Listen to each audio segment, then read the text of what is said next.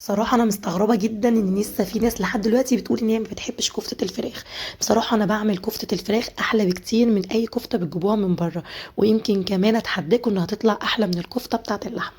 بجد خطيرة، أحلى كباب فراخ هتجربوه، شكل وطعم حلو جدًا وبترمي معاكِ كمية كويسة جدًا. يعني كُلي الكمية دي من نُص كيلو بس بانيه، ومين قال لِك بقى إن البانيه بيطلع ناشف في الكفتة؟ يالّا بينا هنجرب. أنا مش هاعمل الكمية دي كلها، ده كان كيلو إلا ربع من البانيه، انا شلت منه وعملت نص كيلو بس من البانيه.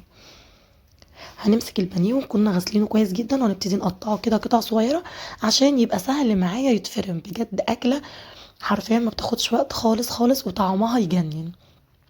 هتقطعي كده البانيه معاكي كويس قوي وبعدين هتجيبي بقى المفرمه عندك، الكبه، وابتدي افرمي البانيه في الكبه.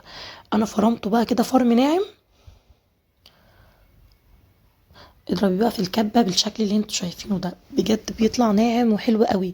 الكمية ديت كمية بتديكي كمية كويسة، احنا بنعملها جنبها طحينة وبناكلها كده، وممكن تعمليها جنب مكرونة، بجد حلوة قوي. شايفين بقى انا ما باخدش، يعني بتتفرم في الكبة تقريبا في 3 دقايق ويمكن اقل من كده. هتفضي بقى بصي بقى بعد ما اتفرمت ناعمة ازاي، تفضي الفراخ المفرومة كده في اي صينية عندك بالشكل ده. بصي بقى الخضار اللي هنحطه عليها مهم جدا وهيخلي طعمها حلو قوي قوي، وبيخلي الكفته طريه كده وتحفه. انا حطيت حبايه من الفلفل الاحمر وكمان بصلتين بحجم وسط او بصلايه كبيره وفلفل حامي وشويه من البقدونس وكام ورقه كده من ورق الكزبره. انا كل ده برضو هفرمه فرم ناعم. التوابل بتاعتنا انا حاطه هنا ملح وفلفل، نص معلقه من القرفه ونص معلقه صغيره من البيكنج باودر عشان تخليها مش مكتومه كده. الخلطه بتاعتنا دي انا هصفيها من الميه، هصفيها من ميتها كده وابتدي انزل عليها بالفراخ بالشكل ده. الخلطه يعني انا ما صفيتهاش كويس قوي، بس صفيتها من الميه عشان الكفته ما تفكش منك وتطلع متماسكه جدا. انا بحط فيجيتار حار، كيس من الفيجيتار الحار اللي هي الكيس العاديه الصغيره.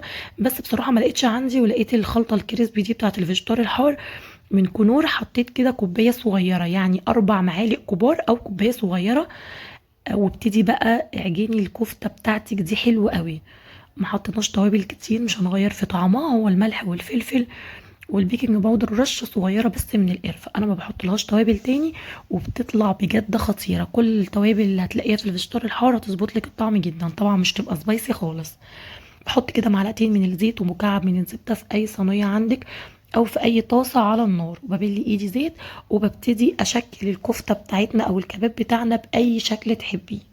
عايزه بقى تعمليها صوابع كده، عايزه تعمليه آم، بالشكل اللي عملناه في الاول زي الناجتس، عايزه تعمليها زي الكفته بالشكل اللي يعجبك. وابتدي انا هنا كنت طبعا موطيه النار على درجه حراره وسط كده، مش معليه النار قوي عشان ما ياخدش لون بسرعه وكمان تستوي من جوه. انا بحط الطاسه جنبي كده اول صينيه وابتدي اعمل فيها، وكل واحده بعملها بقلبها. اول ما بتبتدي تاخد لون وتتماسك طبعا ما تقلبهاش وهي طريه خالص عشان ما تفكش منك، يعني هتسيبيها كده مش اقل من 4 5 دقايق على كل جهه قبل ما تقلبيها، تكون اخدت اللون ده عشان تبقى سهله معاكي تتقلب وما تتفكش منك خالص. بتاخد لون خطير بقى كده، وطبعا بنزل بدرجه حراره النار عشان تستوي وما تبقاش نيه من جوه. بجد هي ما بتاخدش وقت. اعملي جنبها شويه رز او مكرونه خطيره، انا عامله جنبها شويه طحينه، بجد هتعجبكم قوي، جربوها. ولو لسه بتشوفيني بقى لحد دلوقتي وما دوستيش لايك وشير للفيديو، ما تنسيش تدوسي لايك وشير للفيديو وتصلي على النبي في الكومنتات. شايفين بقى؟ اعمليها بقى، انا عملتها بالشكل ده وبرده هديها شكل كده بالسباتولا، يعني كاني عاملاها على الجريل يعني.